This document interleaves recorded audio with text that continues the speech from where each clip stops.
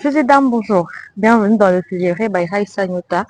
Aujourd'hui, j'ai l'honneur et le plaisir de débattre avec vous, de partager avec vous sur ces grands sujets qui est celui de réseaux sociaux en Afrique. Euh, les réseaux sociaux sont inévitablement et indispensablement l'un des moyens de communication futuriste. Et tant mieux pour nous en Afrique, nous l'avons aujourd'hui, bien qu'elle évolue pas lentement, mais c'est quand même une évolution grandissante parce que pour la totalité des Africains, donc des 55 pays africains, nous étions à 25% d'utilisateurs des réseaux sociaux, donc des plateformes Internet. Aujourd'hui, nous sommes à 35% en 2024. C'est une très grande avancée, c'est une très grande c'est un bon pas dans le bon sens pour ces continents d'Afrique, ces continents encore mystérieux, ces continents encore presque vierges qui regorgent tellement d'opportunités, tellement de qui peut permettre à tellement de créateurs de naître, de s'exprimer, de faire voir, de faire connaître nos langues, notre culture, notre manière de faire, notre manière de préparer, notre manière d'agir, notre manière d'entreprendre. Et donc aujourd'hui, nous sommes juste à 35% d'utilisateurs et c'est très bien. Et les plus populaires aujourd'hui, nous avons Facebook, nous avons WhatsApp, nous avons Instagram, nous avons TikTok, nous avons LinkedIn et nous avons aussi X, anciennement appelé Twitter. Maintenant, aujourd'hui, c'est que je fustige, c'est ce qui m'intrigue et je me suis interrogée, donc je fais quand même quelques recherches pour éclairer la lanterne de mes abonnés vrais, des personnes qui me soutiennent depuis quelques temps. Il faut savoir que euh, en Afrique du Nord, par exemple, c'est plus de 55% de la population qui utilise Internet ou encore les réseaux sociaux, contre 35% en Afrique de l'Est, 45% en Afrique de l'Ouest et entre 25 et 30% en Afrique centrale.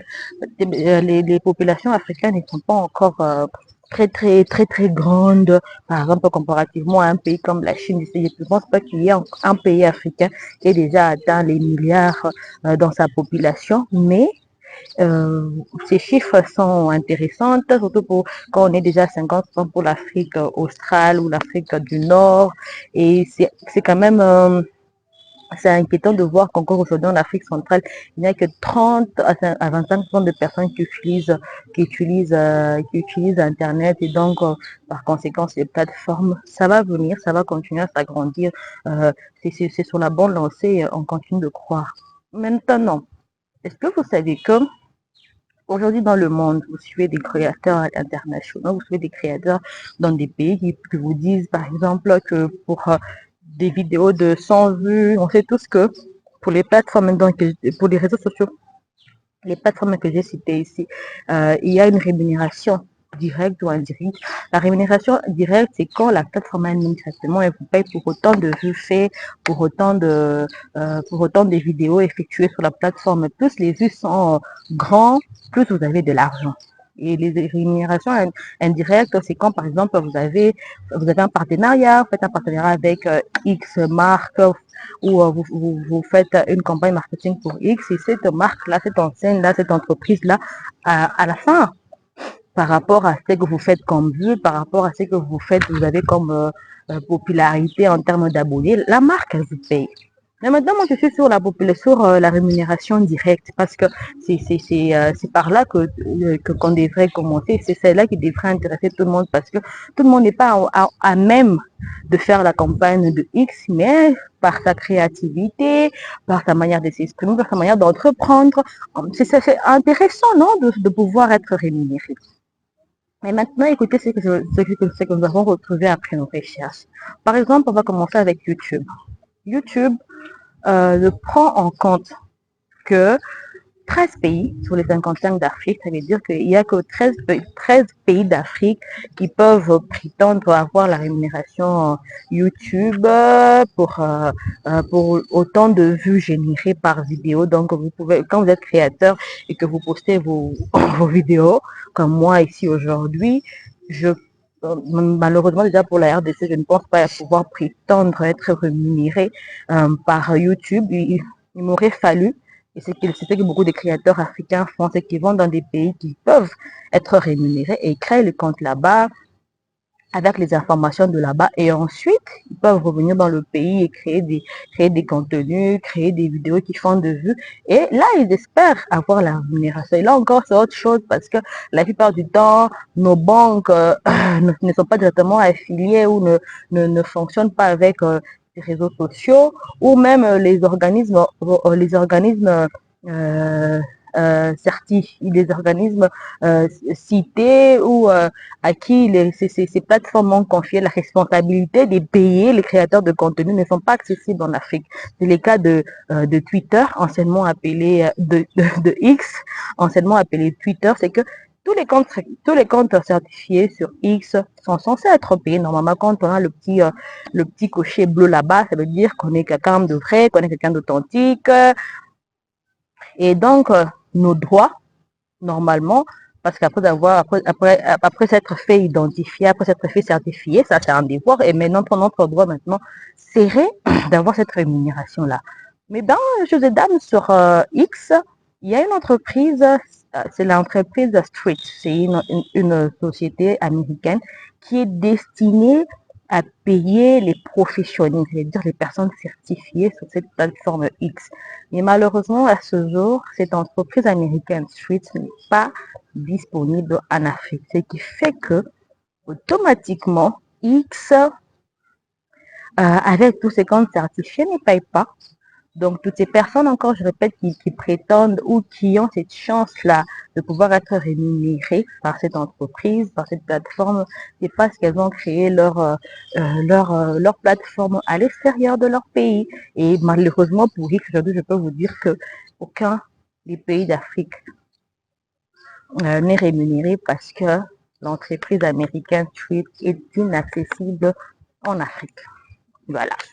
Et Facebook, depuis le temps qu'on connaît Facebook, depuis le temps que Facebook, c'est quand même parmi les pionniers qui sont venus en Afrique depuis très très longtemps. Facebook ne paye que 3 pays d'Afrique. 3 sur les 55 pays. Facebook, malgré son ancienneté, malgré tout ce qu'il génère en termes de vues, en termes d'abonnés, ne paye que 3 pays en Afrique. Et Instagram, c'est quand même le plus ou moins bien. Lui, il a 39 pays où les créateurs de contenu peuvent espérer avoir directement une rémunération de la plateforme. Donc, ces entreprises, ce sont des géants internationaux. Et quand même on vous dit qu'en Afrique, nous sommes à 35% de personnes qui utilisent les réseaux sociaux, c'est vrai que le gagne-pain n'est pas encore énorme, mais il est quand même là. C'est quand même des millions, c'est des millions et des millions de personnes qui utilisent cette plateforme chaque jour, qui créent du contenu, qui postent, qui la font vivre, qui la gardent active. Ça aurait été intéressant que ces plateformes ici puissent essayer de s'adapter à nos réalités, puissent ensemble surtout, on ne va pas mettre tout sur la tête des dirigeants parce que la difficulté, elle est aussi effectivement liée par exemple à la tarification de ce que les pays africains font payer à ces plateformes-là d'annonce. Mais ça aurait été intéressant que d'un côté de l'autre, qu'ils puissent tous se mettre ensemble pour pouvoir trouver un terrain d'entente d'un côté pour mettre un peu plus en avant et permettre aux créateurs de contenu d'accéder un peu plus à leurs droits, à cette monétisation-là, elle est importante. Et de l'autre côté aussi, permettre quand l'accessibilité sera facile, c'est vrai que la plus grande difficulté aujourd'hui, on a fait aussi cette société des plateformes dans certaines zones qui sont encore un peu reculées, l'infrastructure n'y est pas et tout ça. Si les gouvernements africains pouvaient faciliter ces tâches-là des infrastructures et revoir les taxes incombées à ces plateformes-là, et si aussi de l'autre côté, ils pouvaient ensemble trouver des moyens de paiement direct. On ne peut pas prendre pour une entreprise africaine, pour un continent africain et donner le pouvoir de rémunération à une entreprise américaine. C'est bizarre, ça veut dire que l'argent entre, mais c'est plus à l'avantage de certains, d'autres continents que le nôtre. Et c'est super triste. Il faudrait quand même qu'on nous donne un peu plus de respect, non? Et un peu plus de considération. Et aussi pour cela, il faudrait peut-être que nous-mêmes en Afrique, on ait un peu plus de créateurs, hein, plus de des créateurs de plateformes de réseaux sociaux. Si on peut avoir une plateforme africaine, adaptée aux réalités africaines, qui fait rémunérer les Africains bien structurés et tout ça, et qui est attrayant. Ça pourrait aussi être d'ailleurs un géant international pour les autres continents. Et aussi comme ça permettrait aux créateurs africains de ne pas être tout le temps lésés, de ne pas subir que le mouvement de l'extérieur. Et voilà, profiter un peu de cette technologie parce qu'elle est grandissante, elle ne va pas cesser de s'agrandir. Et donc, il est aussi de notre devoir d'attraper le train qui est en train de rouler, de s'y accrocher et de trouver des voies et moyens pour faire entrer de plus en plus de créateurs africains dans ce monde dans ce monde, dans ce monde numérique. Messieurs et dames, c'est un réel plaisir de vous partager cet épisode de sujet frais, en espérant que de plus en plus de créateurs dans les futurs seront rémunérés et seront un peu plus heureux de faire travailler leur ménage pour la créativité africaine. Moi, je vous retrouve à un prochain numéro de sujet frais avec le même réel plaisir.